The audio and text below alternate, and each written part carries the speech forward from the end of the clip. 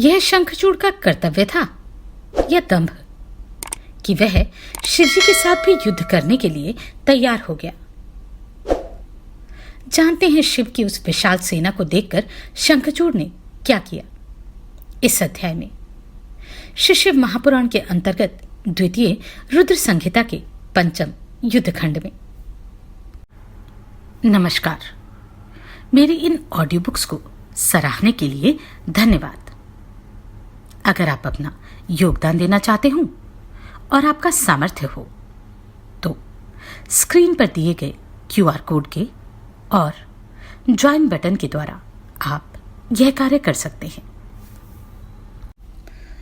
सनत कुमार बोले, हे व्यास, वहां स्थित होकर उस दानवेंद्र ने अत्यंत बुद्धिमान एक महान दैत्येश्वर को दूत बनाकर शिवजी के समीप भेजा। उस दूत ने वहां जाकर वटवृक्ष के नीचे बैठे हुए करोड़ों सूर्यों के समान महातेजस्वी योगासन लगाए हुए ध्यान मुद्रा युक्त मंद मंद मुस्कुराते हुए शुद्ध स्फटिक के समान परमोज्वल ब्रह्म तेज से दैदीप्यमान त्रिशूल पटिश धारण किए हुए व्याघ्र चर्म ओढ़े हुए भक्तों की मृत्यु दूर करने वाले शांत तपस्या का फल देने वाले संपूर्ण संपत्ति प्रदान करने वाले शीघ्र प्रसन्न होने वाले प्रसन्नमुख भक्तों पर अनुग्रह करने वाले विश्व बीज विश्व स्वरूप विश्व को उत्पन्न करने वाले विश्वेश्वर विश्वकर्ता विश्व संहार के कारण कारणों के भी कारण नरक समुद्र से पार उतारने वाले ज्ञानदाता ज्ञान बीज तथा ज्ञान के ही आनंदित रहने वाले 3 नेत्र वाले सनातन उमापति विश्वनाथ को देखा। उस दानवेश्वर के दूत ने रथ से उतरकर कुमार सहित शंकर जी को देखकर सिर झुकाकर प्रणाम किया। उनके बाईं ओर विराजमान भद्रकाली तथा उनके आगे स्थित स्कंद को भी प्रणाम किया। उसके बाद काली, शंकर एवं स्कंद ने लोक रीति से उसे आशीर्वाद दिया। इसके बाद सकल शास्त्रों का ज्ञाता शंखचूड़ का वह दूत हाथ जोड़कर शिव को प्रणाम करके उत्तम वचन कहने लगा। दूत बोला, हे महेश्वर, मैं शंखचूड़ का दूत यहां आपके पास आया हूं। आपकी क्या इच्छा है उसे आप कहिए। सनत कुमार बोले, शंखचूड़ के दूत की बात सुनकर प्रसन्नचित भगवान महादेव ने उससे कहा। महादेव जी बोले, हे महाबुद्धिमान दूत, तुम मेरे सुखदायक वचन को सुनो और विचार करके मेरे वचन को निर्विवाद रूप से उनसे कह देना। समस्त धर्मों के ज्ञाता तथा जगत के निर्माता ब्रह्मा धर्म के भी पिता हैं। उनके पुत्र मरीचि तथा उनके पुत्र कश्यप कहे गए हैं। दक्ष ने उन कश्यप को अपनी 13 कन्याएं प्रसन्नता के साथ प्रदान की। उनमें एक तनु नाम वाली थी। साधु स्वभाव वाली वह उनके सौभाग्य को बढ़ाने वाली थी। उस तनु के परम तेजस्वी 4 दानव पुत्र हुए। उनमें एक विप्रचिति था जो महाबलवान एवं पराक्रमी था। उस विप्रचिति का धार्मिक तथा महाबुद्धिमान दानवराज दंभ नामक पुत्र हुआ। तुम उसी के श्रेष्ठ धर्मात्मा पुत्र तथा दानवों के राजा हो। तुम पूर्व जन्म में श्री कृष्ण के पार्षद, परम धार्मिक एवं सभी गोपों में प्रमुख थे, किंतु इस समय तुम राधिका के शाप से दानवेंद्र हो गए हो। यद्यपि तुम दानव योनि में आ रहे हो, किंतु वास्तव में दानव नहीं हो। इस प्रकार अपने पुराने जन्म का वृतांत जानकर देवताओं के साथ वैर त्याग दो। तुम अपने पद पर स्थित रहकर राज्य का आदरपूर्वक सुखोपभोग करो। देवगणों से अधिक द्वेष मत करो एवं विचार पूर्वक राज्य करो। हे दानव, देवगणों का राज्य लौटा दो और मेरी प्रीति की रक्षा करो। तुम अपने राज्य पर स्थित रहो और देवता भी अपने पद पर स्थित रहें। सामान्य प्राणियों के साथ भी विद्वेष करना बुरा होता है। फिर देवताओं से विरोध का तो कहना ही क्या। वे सब कुलीन, शुद्ध कर्म करने वाले तथा कश्यप के वंश में उत्पन्न हुए हैं। ब्रह्म हत्या आदि जो कोई भी पाप है, वे जातिद्रोह जनित पाप की 16वीं कला की भी बराबरी नहीं कर सकते। सनत कुमार बोले, हे व्यास, इस प्रकार शंकर ने उत्तम ज्ञान का बोध कराते हुए श्रुति एवं स्मृति से संबंधित शुभ बातें उससे कही। तब शंखचूड़ के द्वारा शिक्षित तथा तर्कविद वह दूत होनहार से मोहित होकर विनम्रता पूर्वक इस प्रकार यह वचन कहने लगा। दूत बोला, हे देव, आपने जो वचन कहा है वह अन्यथा नहीं है, किंतु मेरा कुछ तथ्यपूर्ण एवं यथार्थ निवेदन सुनिए। आपने अभी जो कहा है कि जातिद्रोह महापाप है, हे ईश, क्या यह असुरों के लिए ही है, देवों के लिए नहीं? हे प्रभु, इसे बताइए। यदि ये सबके लिए है तो मैं विचार कर आपसे कुछ कह रहा हूं। आप ही इसका निर्णय कीजिए और मेरा संदेह दूर कीजिए। हे महेश्वर, चक्रधारी विष्णु ने प्रलय के समय समुद्र में दैत्यश्रेष्ठ मधु एवं कैटभ का शिरच्छेद क्यों किया? हे गिरीश, यह तो प्रसिद्ध है कि देवताओं के पक्षधर आपने युद्ध में त्रिपुर को भस्म किया, तो ऐसा आपने क्यों किया? विष्णु ने बलि का सर्वस्व लेकर उसे पाताल लोक में क्यों भेज दिया? सुतल आदि लोक का उद्धार करने के लिए उसके द्वार पर गदा धारण कर क्यों स्थित हैं? इन देवताओं ने भाई सहित हिरण्याक्ष को क्यों मारा और इन्हीं देवताओं ने शुंभादि असुरों को क्यों मारा? पूर्व काल में समुद्र मंथन किए जाने पर देवगणों ने ही अमृत का पान क्यों किया? हम सभी को कलेश प्राप्त हुआ, किंतु इसका अमृतपान रूप फल देवताओं ने ही भोगा। यह जगत भगवान काल का क्रीड़ा पात्र है। वे जिस समय जिसे ऐश्वर्य प्रदान करते हैं उस समय वह ऐश्वर्यवान हो जाता है। देवताओं एवं दैत्यों का वैर सदा किसी न किसी निमित्त होता आया है। क्रमशः जीत और हार काल के अधीन है। इन दोनों के विरोध में आपका आ जाना निष्फल प्रतीत हो रहा है। यह विरोध तो समान संबंधियों का ही अच्छा लगता है, आप सदृश ईश्वर का नहीं। आप तो देवता तथा असुर सभी के स्वामी हैं। अतः इस समय आप महात्मा की केवल हम लोगों से यह स्पर्धा निर्लज्जता की बात है। विजय होने पर अधिक कीर्ति तथा पराजय होने पर हानि, ये दोनों ही आपके लिए सर्वथा विपरीत हैं। इसे मन से विचार कीजिए। सनत कुमार बोले। यह वचन सुनकर शिवजी हंसकर दानवराज से यथोचित मधुर वचन कहने लगे। महेश बोले, हम अपने भक्तों के अधीन हैं, स्वतंत्र कभी नहीं हैं। हम उनकी इच्छा से ही कर्म करते हैं और किसी के भी पक्षपाती नहीं हैं। पूर्व काल में ब्रह्मा की प्रार्थना से ही प्रलयार्णव में विष्णु तथा दैत्यश्रेष्ठ मधुकैटभ का युद्ध हुआ था। भक्तों का कल्याण करने वाले उन्हीं विष्णु ने पूर्व काल में देवताओं की प्रार्थना से प्रहलाद की रक्षा के निमित्त हिरण्यकश्यपु का वध किया था। देवगणों की प्रार्थना से मैंने भी त्रिपुरों के साथ युद्ध किया तथा उन्हें भस्म किया। यह बात सब लोग जानते हैं। पूर्व काल में देवताओं की प्रार्थना से सबकी स्वामिनी तथा सबकी माता ने शुंभादि के साथ युद्ध किया और उन्होंने उनका वध भी किया। आज भी सभी देवता ब्रह्मा की शरण में गए और देवताओं सहित विष्णु ब्रह्मा मेरी शरण में आए। हे दूत, देवताओं का स्वामी मैं भी ब्रह्मा तथा विष्णु की प्रार्थना के कारण युद्ध के लिए आया हूं। हे दूत, शंखचूड़ से कहना, तुम महात्मा श्री कृष्ण के श्रेष्ठ पार्षद हो। पहले जो दैत्य मारे गए उनमें कोई भी तुम्हारे समान नहीं था। हे राजन, देवताओं का कार्य करने के लिए तुम्हारे साथ युद्ध करने में मुझे कौन सी बड़ी लज्जा है। देवताओं के कार्य के लिए मैं ईश्वर विनय पूर्वक भेजा गया हूं। अतः हे दूत, तुम जाओ और शंखचूड़ से मेरा वचन कह देना कि मैं तो देव कार्य अवश्य करूंगा, उसे जो उचित हो वैसा करे। ऐसा कहकर महेश्वर चुप हो गए और शंखचूड़ का दूत उठा और उसके पास चला गया। सनत कुमार बोले, उस दूत ने वहां जाकर शिवजी की सारी बात तथा उनका निश्चय विस्तार पूर्वक यथार्थ रूप से कह दिया। उसे सुनकर उस प्रतापी दानवेंद्र शंखचूड़ ने बड़े प्रेम के साथ युद्ध करने की चुनौती स्वीकार कर ली। इसके बाद वह बड़ी शीघ्रता के साथ अमात्यों के सहित विमान पर आरूढ़ हुआ और शंकर जी के साथ युद्ध करने के लिए उसने अपनी सेना को आज्ञा दी। शिवजी ने भी शीघ्रता से अपनी सेना एवं देवताओं को युद्ध के लिए प्रेरित किया और वे स्वयं सर्वेश्वर होकर लीलापूर्वक युद्ध के लिए तैयार हो गए। इसके बाद शीघ्र ही युद्ध प्रारंभ हो गया। उस समय अनेक प्रकार के बाजे बजने लगे, कोलाहल और वीरों की गर्जनाएं होने लगी।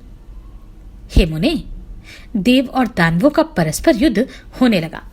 देवता तथा दानव धर्मपूर्वक युद्ध करने लगे। स्वयं महेंद्र वृषपर्वा के साथ तथा भास्कर विप्रचिति के साथ धर्मपूर्वक युद्ध करने लगे। दंभ के साथ विष्णु का महान युद्ध आरंभ हो गया। काल कालासुर के साथ, अग्नि गौकर्ण के साथ, कुबेर कालकेय के साथ, विश्वकर्मा मय के साथ, मृत्यु भयंकर के साथ, यमराज संघार के साथ, वरुण कालंबिक के साथ, समीरण चंचल के साथ, बुध घटपृष्ठ के साथ, शनिश्चर रक्ताक्ष के साथ, जयंत रत्नसार के साथ, अष्टवसु वर्चस गणों के साथ, अश्विनी कुमार दोनों दीप्तिमानों के साथ, नलकूबर धूम्र के साथ, धर्म धुरंधर के साथ, मंगल गणकाक्ष के साथ, वैश्वान शोभाकर के साथ, कामदेव पिपिट के साथ, 12 आदित्य गौकामुख, चूर्ण खड़ग नामक असुर, धूम्र संघल विश्व प्रतापी एवं पलाश के साथ धर्मपूर्वक युद्ध करने लगे। शिव की सहायता प्राप्त कर देवगण असुरों के साथ युद्ध करने लगे। एकादश महारुद्र, भयंकर, महाबली, महापराक्रमी तथा वीर 11 असुरों के साथ युद्ध करने लगे। महामणि उग्रचंड आदि के साथ, चंद्रमा राहु के साथ तथा बृहस्पति शुक्राचार्य के साथ धर्मपूर्वक युद्ध करने लगे। नंदीश्वर आदि शिवगण भी दानवों के साथ युद्ध करने लगे। उसका पृथक पृथक वर्णन विस्तार के भय से नहीं किया गया। हे मुने, उस समय शिवजी काली एवं पुत्र के साथ वट के मूल में स्थित रहे और समस्त सैन्य समूह निरंतर युद्ध कर रहे थे। रत्न जटित आभूषणों से भूषित शंखचूड़ भी करोड़ों दानवों से युक्त रत्न जटित मनोहर सिंहासन पर बैठा हुआ था। इसके बाद देवताओं एवं असुरों का विनाश करने वाला महायुद्ध छिड़ गया। उस महायुद्ध में नाना प्रकार के दिव्य आयुध चल रहे थे। गदा, रिष्टि, पटिश, चक्र, भूषुंडी, प्रास, मुदगर, निस्त्रियंश, भाला, परित, शक्ति, उन्मुख, परशु, बाण, तोमर, खड़ग, सहस्त्रों तोपे, भिंदीपाल एवं अन्य शस्त्र वीरों के हाथों में शोभित हो रहे थे। महान उत्सव से युक्त वीर लोग युद्ध में गरजती हुई दोनों सेनाओं के वीरों के सिरों को इन आयुधों से काटने लगे। हाथी, घोड़े, रथ, पैदल तथा अनेक प्रकार के सवार सहित वाहन युद्ध में कट रहे थे। भुजा, जंगा, हाथ, कटी, दोनों कान, पैर, ध्वज, बाण, तलवार, कवच एवं उत्तम आभूषण कटकर पृथ्वी पर गिरने लगे। उस समय योद्धाओं के कटे हुए किरीट, कुंडल युक्त सिरों से तथा हाथियों की कटी हुई सूंडों से कटी हुई आभूषण युक्त भुजाओं तथा कटे हुए आयुधों एवं कटे हुए अन्य अंगों से समस्त पृथ्वी मधुमक्खी के छत्तों के समान पट गई।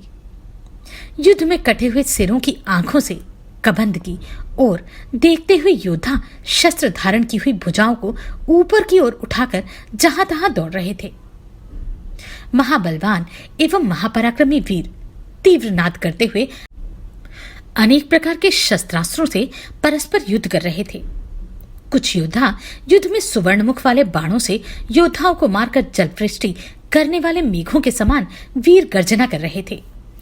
कोई वीर चारों ओर से अपने बाणों से रथ सहित सारथी को इस प्रकार ढक दे रहे थे जिस प्रकार बादल सूर्य को ढक लेता है। द्वंद्व युद्ध करने वाले वीर एक दूसरे से भिड़कर ललकारते हुए तथा एक दूसरे के आगे जाते हुए मर्म स्थल पर प्रहार करते हुए आपस में युद्ध कर रहे थे। उस महायुद्ध में वीर समूह चारों ओर से अपने हाथों में नाना प्रकार के ध्वज तथा आयुध लेकर सिंहनाद करते हुए दिखाई पड़ रहे थे। उस युद्ध में महावीर महान शब्द करने वाले अपने शंखों को पृथक पृथक बजा रहे थे और प्रसन्न होकर घोर नाद कर रहे थे। इस प्रकार दीर्घकाल तक देवताओं तथा दानवों का विकट, भयंकर तथा वीरों को हर्षित करने वाला महायुद्ध हुआ। परमात्मा महाप्रभु शंकर की यह लीला है जिसने देवता, मनुष्य एवं असुरों सहित सभी को मोहित कर रखा है। सनत कुमार बोले, हे व्यासी, उस समय दानवों ने सभी देवताओं को पराजित कर दिया, जिससे शस्त्रास्त्रों से क्षत विक्षत अंगों वाले देवता भयभीत होकर भागने लगे। वे लौटकर शिवजी की शरण में गए और हे सर्वेश, रक्षा करो, रक्षा करो, ऐसा विह्वल वाणी में कहने लगे। तब उन देवताओं की इस प्रकार की पराजय देखकर तथा उनका भययुक्त वचन सुनकर शिवजी ने महान क्रोध किया। कृपा दृष्टि से देखकर उन्होंने देवताओं को अभयदान दिया तथा अपने तेज से गणों के बल को बढ़ाया। तब शिवपुत्र महावीर कार्तिकेय शिवजी की आज्ञा लेकर रणक्षेत्र में दानवों के साथ निर्भय होकर युद्ध करने लगा। तारकासुर का वध करने वाले कार्तिकेय ने क्रोध करके वीरध्वनि करते हुए उनकी 100 अक्षोहिणी सेना को युद्ध में मार डाला। कमल के समान नेत्र वाली काली सहसा दैत्यों का सिर काटकर रक्त बहाने लगी और उनका भक्षण करने लगी। वे दानवों के रुधिर का चारों ओर से पान करने लगी और देवताओं तथा दानवों के लिए भयंकर विविध प्रकार के युद्ध करने लगी। उन्होंने रण में लीलापूर्वक 100 लाख हाथी एवं 100 लाख दानवों को एक हाथ से उठाकर मुख में डाल दिया। हजारों कबंध युद्ध भूमि में नृत्य करने लगे। उस समय महान कोलाहल होने लगा जो कायरों के लिए भयप्रद था। इसके बाद स्कंद कुपित हो पुनः बाणों की वर्षा करने लगे और उन्होंने क्षण भर में करोड़ों असुर सेनापतियों को मारकर गिरा दिया। जो शेष दानव मरने से बच गए वे सब स्कंद के बाणों से क्षत विक्षत तथा भयभीत होकर भागने लगे। तब वृषपर्वा, विप्रचिति, दंड, विकंपन ये सब बारी बारी से स्कंद के साथ युद्ध करने लगे। महामारी भी युद्ध करने लगी और युद्ध से नहीं हटी। उधर स्कंद की शक्ति से पीड़ित हुए असुरगण क्षत विक्षत होने लगे। हे मुने, उस समय स्कंद एवं महामारी की विजय हुई। स्वर्ग में दुदुम्बियां बजने लगी और फूलों की वृष्टि होने लगी। तब कार्तिकेय के महाभयानक अद्भुत दानवों का क्षय करने वाले एवं कल्पांत सदृश और महामारी के द्वारा किए गए क्षयकारी उपद्रव को देखकर वह शंखचूड़ अत्यंत कुपित हुआ और स्वयं सहसा युद्ध के लिए तैयार हो गया। वह शंखचूड़ अनेक प्रकार के अस्त्र शस्त्रों से युक्त, विविध रत्नों से जटित तथा सभी वीरों को अभय देने वाले विमान पर चढ़कर महावीरों के साथ रणभूमि में उपस्थित हो गया और कर्ण पर्यंत धनुष की प्रत्यंचा खींचकर बाणों की वर्षा करने लगा। उसकी वह शरवृष्टि भयानक थी तथा प्रतिकार के योग्य नहीं थी। उससे युद्धस्थल में घनघोर अंधकार छा गया। सभी देवता तथा नंदीश्वर आदि जो अन्य थे वे महागण भागने लगे। उस युद्ध में एकमात्र कार्तिकेय ही डटे रहे। उस समय दानवराज ने पर्वतों, सर्पों, नागों एवं वृक्षों की भयंकर एवं दुर्निवार्य वर्षा की। उस वृष्टि से शिवपुत्र स्कंद उसी प्रकार आहत हुए जैसे घने कोहरे से आच्छादित सूर्य। हे मुनिश्रेष्ठ, उसने मैदानव के द्वारा दिखाई गई अपनी अनेक प्रकार की माया फैलाई, किंतु कोई भी देवता तथा गण उसे नहीं जान सके। उसी समय महामायावी एवं महाबली शंखचूड़ ने अपने एक ही दिव्य बाण से उनके धनुष को काट दिया। उसने उनके दिव्य रथ एवं रथ के रक्षकों को नष्ट कर दिया तथा अपने दिव्यास्त्र से उनके मयूर को जर्जर कर दिया। उसने उनके वक्षस्थल पर सूर्य के समान दैदीप्यमान एवं आघात करने वाली अपनी शक्ति चलाई। तब उसके प्रहार से वे कार्तिकेय सहसा मूर्छित हो गए। पुनः क्षण मात्र में चेतना प्राप्त कर शत्रु वीरों को नष्ट करने वाले कार्तिकेय अपने महारत्न जटित वाहन पर सवार हो गए। वे कार्तिकेय पार्वती सहित शिव के चरणों का स्मरण कर अस्त्र शस्त्र लेकर घनघोर संग्राम करने लगे। उन शिवपुत्र ने क्रोधपूर्वक अपने दिव्यास्त्र से उसके समस्त सर्पों, पर्वतों, वृक्षों एवं पाषाणों को काट डाला। उन्होंने पार्जन्य बाण के द्वारा लीला से ही शंखचूड़ के आग्नेयास्त्र को शांत कर दिया और उसका रथ तथा धनुष भी काट डाला। वे उसके कवच, समस्त वाहन, उज्ज्वल किरीट एवं मुकुट को नष्ट कर वीर ध्वनि करते हुए बारंबार गर्जना करने लगे। उसके बाद उन्होंने दानवेंद्र की छाती पर सूर्य के समान दैदीप्यमान शक्ति से प्रहार किया। उस अत्यंत तीव्र प्रहार से वह मूर्छित हो गया। वह महाबली थोड़ी ही देर में शक्ति की पीड़ा दूर कर चेतना प्राप्त करके उठ गए और सिंह के समान गर्जना करने लगा। उस महाबली ने कार्तिकेय पर अपनी शक्ति से प्रहार किया। तब कार्तिकेय विधाता के द्वारा दी गई शक्ति को अमोघ सिद्ध करने के लिए पृथ्वी तल पर गिर पड़े। तब काली उन्हें अपनी गोद में उठाकर शिवजी के पास ले आई। शिवजी ने अपनी लीला से ज्ञान के द्वारा उन्हें जीवित कर दिया और उन्हें अनंत बल प्रदान किया। तब वे महाप्रतापी शिवपुत्र उठ बैठे तथा पुनः युद्ध में जाने का विचार करने लगे। इसी बीच महाबली तथा पराक्रमी वीरभद्र बलशाली शंखचूड़ के साथ रणक्षेत्र में युद्ध करने लगे।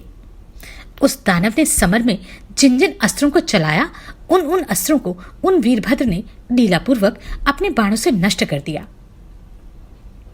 तब उस दानवेश्वर ने सैकड़ों दिव्य अस्त्र छोड़े, किंतु प्रतापी वीरभद्र ने अपने बाणों से उनका छेदन कर दिया। तब प्रतापी शंखचूड़ अत्यंत कुपित हुआ।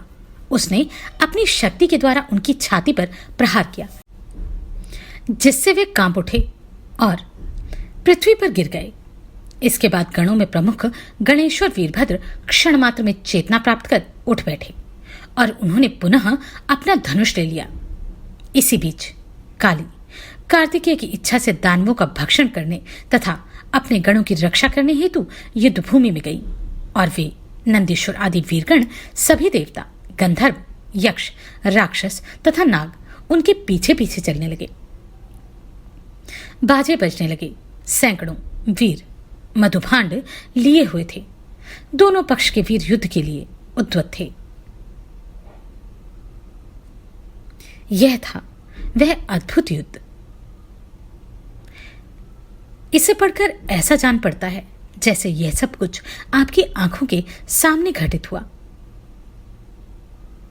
जानते हैं आगे क्या हुआ अगले अध्याय में। आप सभी को कोटि कोटि साधुवाद। आपने इन वीडियोस को इतना प्रेम दिया। नमस्कार, मैं आभा शर्मा जावास। यदि आपको मेरा ये प्रयत्न सराहनीय लगा हो तो मुझे सब्सक्राइब करके प्रोत्साहित करें।